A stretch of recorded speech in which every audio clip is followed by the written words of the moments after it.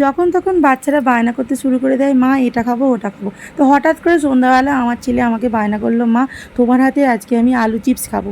তো আমিও বেশি দেরি না করে হঠাৎ করে বানিয়ে ফেললাম 1 মিনিটে ঝটপট আলু চিপস, তাও খুবই মুচমুচে আর টেস্টি আর খুবই স্পাইসি। তো চলো তোমাদের সঙ্গে ভিডিওটা আমি শেয়ার করি যে কতটা মুচমুচে আলু চিপস, তাও আমি 1 মিনিটে বানিয়ে ফেললাম। আমার ছেলেকে একটা দিয়েওছিলাম, ও তো জাস্ট খেয়ে কিছু বলতেই পারছে না, শুধু লাফাতে শুরু করে দিয়েছে যে হেভি হয়েছে।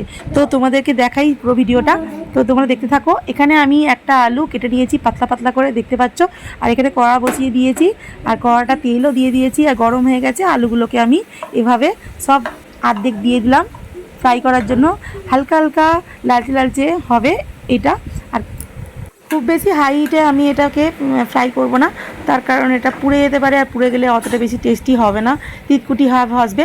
তাই আমি এটা মিডিয়াম ফ্লেমেই এটা ফ্রাই করব। দেখো কি সুন্দর লাল লাল হয়ে গেছে, আমি তুলে নিয়েছি।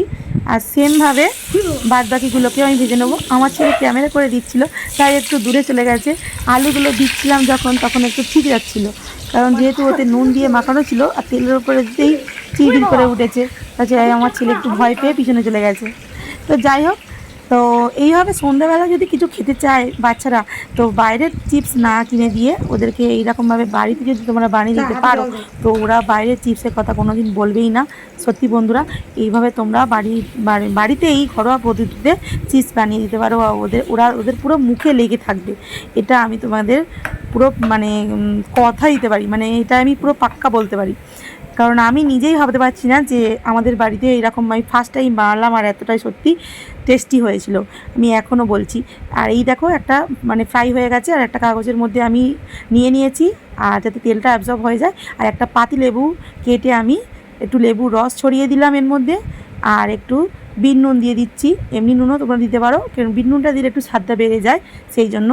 আর এর মধ্যে একটু গুঁড়ো লঙ্কাও আমি অ্যাড করে দেবো, কারণ এর মধ্যে তোমরা চাইলে গোলমরিচ গুঁড়োও দিতে পারো, কারণ যেহেতু বাচ্চারা খাবে। তো আমি একটু গুঁড়ো লঙ্কাই দিলাম। আর এই সবগুলোকেই একসঙ্গে আমি ভালোভাবে মিশিয়ে নেব হালকা হালকাভাবে, কারণ ভেঙে যেতে পারে। খুবই মুচমুচে হয়েছে, তোমাদেরকে আমি দেখাচ্ছি। দেখো, এই দেখো কত সুন্দর মুচমুচে হয়েছে।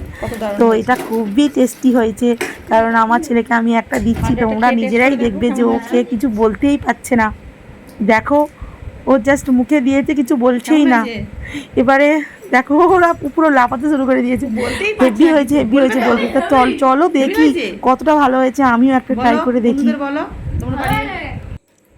কেমন হয়েছে দেখি। আমি এটা ফার্স্ট টাইম বানালাম না, সত্যি আমি এটা ভয় দিচ্ছি, কিন্তু তবুও এখনও আমার মুখে লেগে আছে। তো তোমরাও ট্রাই করতে